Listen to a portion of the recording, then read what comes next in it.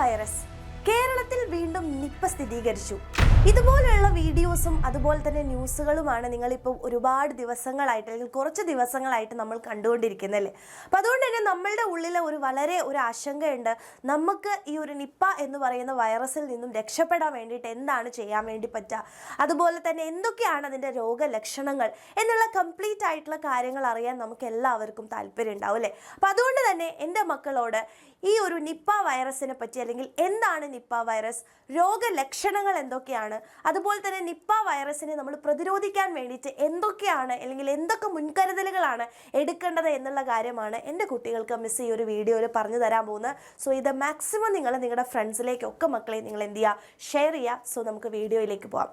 Okay, അപ്പോൾ ആദ്യം തന്നെ നമ്മൾ മനസ്സിലാക്കേണ്ട കാര്യം എന്ന് പറയുന്നത് ഈ ഒരു വൈറസ് അല്ലെങ്കിൽ നിപ്പ വൈറസ് എന്ന് പറയുന്നത് കുറച്ച് അപകടകാരിയായിട്ടുള്ള ഒരു കാര്യം തന്നെയാണ് അല്ലേ. അപ്പോൾ അതുകൊണ്ട് തന്നെ നമ്മൾ അതിനെ വളരെ സീരിയസ് ആയിട്ട് എടുക്കേണ്ടതുണ്ടെന്ന് നിങ്ങൾ മനസ്സിലാക്കുക. അപ്പോൾ ആദ്യം തന്നെ നമുക്ക് ഈ ഒരു നിപ്പ അസുഖത്തിൻ്റെ അല്ലെങ്കിൽ നിപ്പയുടെ രോഗലക്ഷണങ്ങൾ എന്തൊക്കെയാണ് എന്നുള്ളതാണ് മനസ്സിലാക്കാനുള്ളത്. അപ്പോൾ ആദ്യം തന്നെ നമ്മൾ മനസ്സിലാക്കേണ്ട കാര്യം എന്ന് പറയുന്നത് പനിയോട് കൂടിയുള്ള ശരീരവേദന, അതായത് നല്ല പനിയും അതിൻ്റെ കൂടെ തന്നെ വളരെയധികം ശരീരം, അതായത് നമ്മുടെ ബോഡി മൊത്തത്തിലുള്ളൊരു വേദന നിങ്ങൾക്ക് അനുഭവപ്പെടുന്നുണ്ടോ എന്നുള്ളത് നമ്മൾ നോക്കണം. അതാണ് ഒന്നാമത്തെ രോഗലക്ഷണം എന്ന് പറയുന്നത്. ആൻഡ് രണ്ടാമത്തെ കാര്യം എന്ന് പറയുന്നത് തലവേദന, ക്ഷീണം, ചുമ, തൊണ്ടവേദന. അതായത് ഈ പനി വരുന്ന സമയത്ത് തന്നെ നമുക്ക് വളരെയധികം തലവേദന ഉണ്ടാവുന്നു, അതുപോലെ തന്നെ തൊണ്ടവേദന, ദെൻ ചുമ, ക്ഷീണം, വളരെയധികം ക്ഷീണം ഇങ്ങനെ അനുഭവപ്പെടുക എന്ന് പറയുന്നതാണ് രണ്ടാമത്തെ ഒരു രോഗലക്ഷണമായിട്ട് നമ്മൾ കണക്കാക്കുന്നത്. ആൻഡ് അതിനുശേഷമുള്ള ഏറ്റവും ഇമ്പോർട്ടൻ്റ് ആയിട്ടുള്ള കാര്യം എന്ന് പറയുന്നത് വളരെയധികം ഛർദ്ദിക്കുക, അതുപോലെ തന്നെ നമുക്ക് സ്ഥലകാല ബോധമില്ല, അതായത് നമ്മൾ തീരെ പരസ്പര ബന്ധമില്ലാത്ത കാര്യങ്ങൾ സംസാരിക്കുക, അല്ലെങ്കിൽ എന്താണ് ഇപ്പോൾ നടക്കുന്നതെന്നൊന്നും അറിയാത്തൊരു സ്ഥലകാല ബോധമില്ലാത്ത ഒരവസ്ഥയാണ് അടുത്ത ഒരു കാര്യം എന്ന് പറയുന്നത്. അതിനുശേഷം മാനസിക വിഭ്രാന്തി, അതുപോലെ തന്നെ അപസ്മാരം അല്ലേ, നമുക്ക് കംപ്ലീറ്റ്ലി ഒരു വിഭ്രാന്തി കാണിക്കുക, ഒരു നോർമൽ അല്ലാതെ ബിഹേവ് ചെയ്യുക, അതുപോലെ തന്നെ അപസ്മാരം പോലെയുള്ള കാര്യങ്ങൾ വരിക, അതൊക്കെ ഇതിൻ്റെ ഈ നിപ്പ എന്ന് പറയുന്ന ഈ ഒരു വൈറസിൻ്റെ അല്ലെങ്കിൽ ഈ ഒരു രോഗത്തിൻ്റെ രോഗലക്ഷണമായിട്ടാണ് നമ്മൾ കണക്കാക്കുന്നത്. അതിനുശേഷം നമുക്ക് ബോധക്ഷയം വരെ, അതുപോലെ തന്നെ ശ്വാസം എടുക്കുന്നതിൽ വളരെയധികം തടസ്സങ്ങളൊക്കെ നമുക്ക് ഏർപ്പെടുകയാണ് അല്ലെങ്കിൽ നമുക്ക് വരികയാണെന്നുണ്ടെങ്കിൽ അതെല്ലാം ഇതിൻ്റെ ഒരു രോഗലക്ഷണമായിട്ടാണ് നമ്മൾ കണക്കാക്കുന്നത് കേട്ടോ.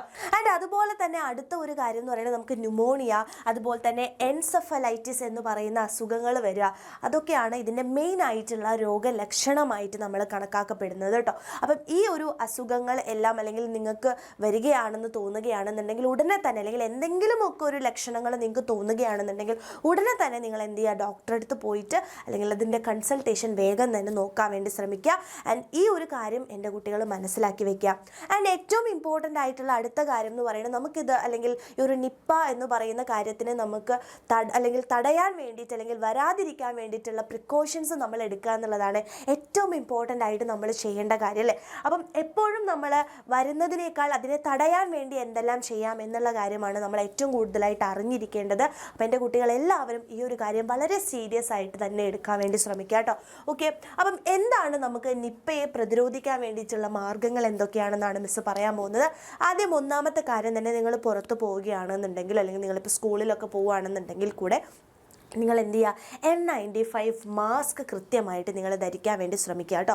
പ്രത്യേകിച്ച് നിപ്പ ബാധിച്ചിട്ടുള്ള ഏരിയ, അതായത് മലപ്പുറം, കോഴിക്കോട് ഏരിയയിലുള്ള മക്കളൊക്കെ ആണെന്നുണ്ടെങ്കിൽ നിങ്ങൾ എന്തായാലും എന്ത് ചെയ്യുക, ഒരു മാസ്ക് കയ്യിൽ വെക്കാൻ വേണ്ടി, അല്ലെങ്കിൽ പുറത്ത് പോകുമ്പോഴും സ്കൂളിൽ പോകുമ്പോഴും മാസ്ക് എന്തായാലും മക്കളെ നിങ്ങൾ കയ്യിൽ വെക്കാൻ വേണ്ടി ശ്രമിക്കുക കേട്ടോ. ആൻഡ് രണ്ടാമത്തത് ശാരീരിക അകലം പാലിക്കുക. അതായത് എപ്പോഴും വേറൊരാളുമായിട്ടുള്ള ഒരു മിനിമം ഡിസ്റ്റൻസ് നിങ്ങൾ എന്ത് ചെയ്യുക, കീപ്പ് ചെയ്ത് തന്നെ നിങ്ങൾ എന്ത് ചെയ്യുക, നിങ്ങൾ സംസാരിക്കുമ്പോഴാണെങ്കിലും എന്താണെങ്കിലും ആ ഒരു ശാരീരിക അകലം നിങ്ങൾ കീപ്പ് ചെയ്യാൻ വേണ്ടി ശ്രമിക്കുക. ദെൻ കൈകൾ അതായത് നമ്മുടെ കൈകളൊക്കെ നമ്മൾ ഫുഡ് കഴിക്കാൻ വേണ്ടി പോകുമ്പോൾ എപ്പോഴും നിങ്ങൾ എന്ത് ചെയ്യുക, സോപ്പുകൾ കൊണ്ട് ഇടയ്ക്കിടെ നിങ്ങൾ കഴുകുക. എന്തായാലും ഒരു കുറച്ച് സമയം നിങ്ങൾ പുറത്താണെന്നുണ്ടെങ്കിൽ ഇടയ്ക്കിടയ്ക്ക് നിങ്ങൾ സോപ്പുകൾ ഉപയോഗിച്ചുകൊണ്ട് തന്നെ എന്ത് ചെയ്യുക, കൈകൾ കഴുകുക. അതുപോലെ നിങ്ങൾ സാനിറ്റൈസേഴ്സൊക്കെ എപ്പോഴും യൂസ് ചെയ്യാൻ വേണ്ടി ശ്രമിക്കുക കേട്ടോ. അപ്പോൾ ആൽക്കഹോൾ അടങ്ങിയ സാനിറ്റൈസർ നിങ്ങൾ എന്ത് ചെയ്യുക, യൂസ് ചെയ്യാം. അപ്പോൾ കൈകളൊക്കെ തുടയ്ക്കുന്ന സമയത്തും എപ്പോഴും ഇടയ്ക്കിടയ്ക്ക് സാനിറ്റൈസ് ചെയ്യാൻ വേണ്ടിയിട്ട് നിങ്ങൾ എന്തായാലും എന്ത് ചെയ്യുക, ശ്രമിക്കുക. ആൻഡ് അടുത്ത കാര്യം എന്ന് പറയുന്നതാണ് ഏറ്റവും ഇമ്പോർട്ടൻ്റ് ആയിട്ടുള്ള കാര്യം. നമ്മൾ ഇപ്പോൾ വീട്ടിലൊക്കെ ആവുന്ന സമയത്ത് അല്ലെങ്കിൽ പുറത്തൊക്കെ പോകുന്ന സമയത്ത് അല്ലെ മരത്തിൽ നിന്നും വീണ് കിടക്കുന്ന പഴങ്ങൾ നമ്മൾ എടുത്ത് കഴിക്കാതിരിക്കാൻ വേണ്ടിയിട്ട് മാക്സിമം മക്കളെ നിങ്ങൾ ശ്രമിക്കുക. കംപ്ലീറ്റ്ലി നിലത്ത് വീണ് കിടക്കുന്ന പഴങ്ങൾ എന്താ ഒരിക്കലും നിങ്ങൾ കഴിക്കാൻ വേണ്ടി പാടില്ല. അതുപോലെ തന്നെ എന്തെങ്കിലും പക്ഷിമൃഗാദികൾ അല്ലെങ്കിൽ എന്തെങ്കിലുമൊക്കെ കൊത്തിയിരിക്കുകയാണെന്നുണ്ടെങ്കിൽ അങ്ങനത്തെ ഒന്നും പഴങ്ങൾ നമ്മൾ എന്ത് ചെയ്യുക, കംപ്ലീറ്റ്ലി നിങ്ങൾ ഒഴിവാക്കുക. എന്ന് വെച്ച് കഴിഞ്ഞാൽ തീരെ പഴങ്ങൾ കഴിക്കരുത് എന്നല്ല മിസ്സ് പറയുന്നത്, പക്ഷെ നിങ്ങൾ വളരെയധികം ശ്രദ്ധിക്കുക.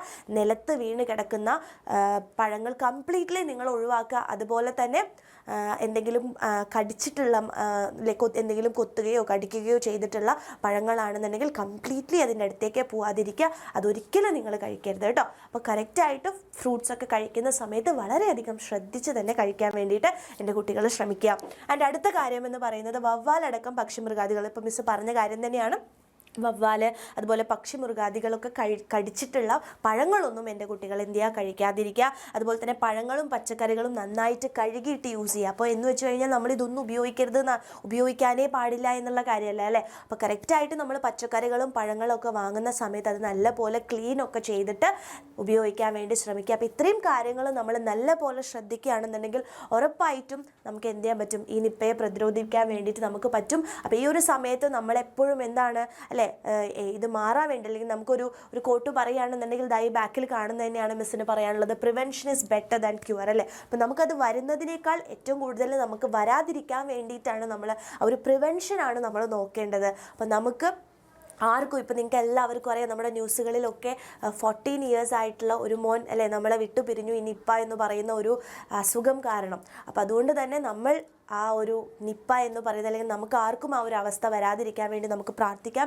ഇനി ഒരാൾക്ക് പോലും ഇങ്ങനത്തെ ഒരു അവസ്ഥ വരാതിരിക്കാൻ വേണ്ടി നമ്മൾ എന്ത് ചെയ്യണം, നമ്മൾ ശ്രമിക്കണം. അപ്പം അതുകൊണ്ട് ഈ കാര്യങ്ങളെല്ലാം മക്കളെ നിങ്ങൾ ശ്രദ്ധിക്കുക, നമുക്ക് പ്രിവെൻറ്റ് ചെയ്യാം. ആൻഡ് നമുക്ക് ഒരുമിച്ച് നമ്മുടെ നിപ്പ എന്ന് പറയുന്ന ഈ ഒരു അസുഖത്തിനെ പ്രതിരോധിക്കാം. അപ്പം അതുകൊണ്ട് എൻ്റെ കുട്ടികളെല്ലാവരും വളരെ സീരിയസ് ആയിട്ട് ഈ ഒരു കാര്യം എടുക്കുക. മാക്സിമം നിങ്ങൾ ഫ്രണ്ട്സിനൊക്കെ മക്കളെ ഷെയർ ചെയ്ത് കൊടുക്കുക. Thank you.